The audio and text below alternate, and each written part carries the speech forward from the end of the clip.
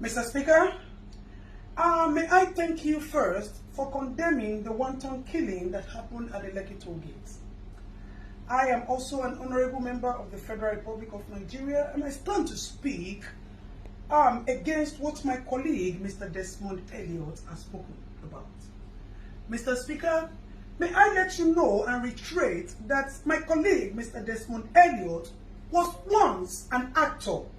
So we need to find out whether he thinks he's on the acting field, on the stage or in the theater, rather knowing that he's in the house here. May I let you know that, Mr. Speaker, that my colleague, Mr. Desmond Elliot, talking about the social media today, is also a celebrity who have used his acclaimed status to drive his ambition to the house, and he did a lot of campaigns and people supported him. If not, Mr. Desmond is nothing but a man who has no pedigree or antecedent in politics, if not for the law of godfatherism that brought him into the house. So for such people, it is expected that they betrayed your loyalty that has been vested in them and the trust to come to the house and defend the fellow youth. Mr. Speaker, I am also a youth, and I understand the crying out there. My colleague is talking and talking and talking and showing all Superman power as if he just got a major role. Sir, this is reality and not acting that we are facing here. Mr. Speaker, my colleague spoke about celebrities and actors. May I let you know that these people or this social media that my colleague is talking about is the new judiciary system of the Federal Republic of Nigeria. This is where matters are being deliberated and attention is being gotten to our little problem, since the local government as an angle of the government is not functioning and has not been functioning. So an average Nigerian citizen do not have access to reach his leaders to express his problems and get immediate attention. Mr. Speaker, like my colleague said, in the next 5 years, if we continue to look at Nigeria, there will be no Nigeria today, because you politicians would have looted all the funds in the system, and the children will have nothing. And we will not wait until the next 5 years for us to speak out. That is why we are running the era of Sorosoke.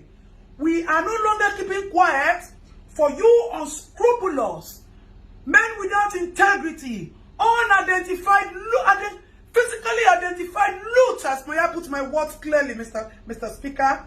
Because our politicians have turned to broad daylight looters. They have turned to broad daylight robbers. They have turned to broad daylight liars who have no integrity, like my fellow colleague, Mr. Desmond Elliot. And I am suggesting that we look for the nearest psychiatric hospital to check my colleague in for immediate attention, as we do not intend to lose him to some of the people who have died in the Lekki toll massacre. Let me thank you for your intervention. Mr. Speaker, may I also plead with you that the issue of the Oba of Lagos is so alarming and shameful to us as youth. Àwọn Yorùbá ní pé tí ọwọ́ ẹni ò bá ti tẹkù idà sà, a kì í béèrè ikú tó pa bàbá ẹni. The act of Oba of Lagos has shown that there needs to be proper investigation to his character and person and how he relates with people in his area. The office of the Oba is supposed to consult with the oracles and our ancestors when there are troubles in the land, so we can provide solution. Rather, the office of the Oba has turned into a storage of dollars and palliatives, and that needs to be questioned and properly investigated, sir. May I also plead with you, Mr. Speaker, that you should look into the bills that are being presented to you and be sure that you are defending and supporting the interests of the youth. Our politicians have turned into nothing but animals who worship nothing but money. May I also bring to your notice, Mr. Speaker, that there is a fellow member of the government as well who who kept some palliatives in his house and decided to share it on his birthday. My people will say, Olori Buruku Nyewasa, with all due permission and respect, Ashiere Ole, and then one. It is nothing but an action of greed. Mr. Speaker, my fellow colleague is addressing we youths as common children. Desmond, then we're bad, then we're wrong. We the youth that we as is talking about are the people like us who say we die here or Nigeria gets better. Because we want a good Nigeria and a new Nigeria for our children. May I also let you know, Mr. Speaker, that our interrupted process at the Lekki Gate is supposed to be a kitchen garden where we wanted to cook soup for our future generation to eat. We just put the firewood on the fire and the pot. We have not put the pepper, we have not put the beef, the seasoning, and the onions and the oil to taste so that we can build a new Nigeria for our children. And our children will be the ones to eat the soup. We are not greedy, Mr. Speaker. We are just a generation who does not take nonsense. And we are just a generation who wants a new Nigeria. Nigeria has been pregnant for years of corruption, of years of inhumanity, of years of insane leaders, of years of lies and deceit, of years of looting and bad governance, bad road, bad hospital, bad police system. And we thought that if we conduct a cesarean section for this pregnancy, we'll be able to bring out all these and give birth to a new Nigeria. Mr. Speaker, before I go, I would request a 1-minute interaction with my colleague so that he will know that we are all here to protect the interests of the citizens of the Federal Republic of Nigeria. Desmond, you already know correct. If nobody say that they do you for a dream, they talk about social media for you. You think say we no go here. You think say some people where they know you no go still content or say you go the jambula mouth for house. Be careful, make you not begin to see people like us for your dream. Make you dey very, very careful. Meanwhile, me and you will go sit down for Suliri.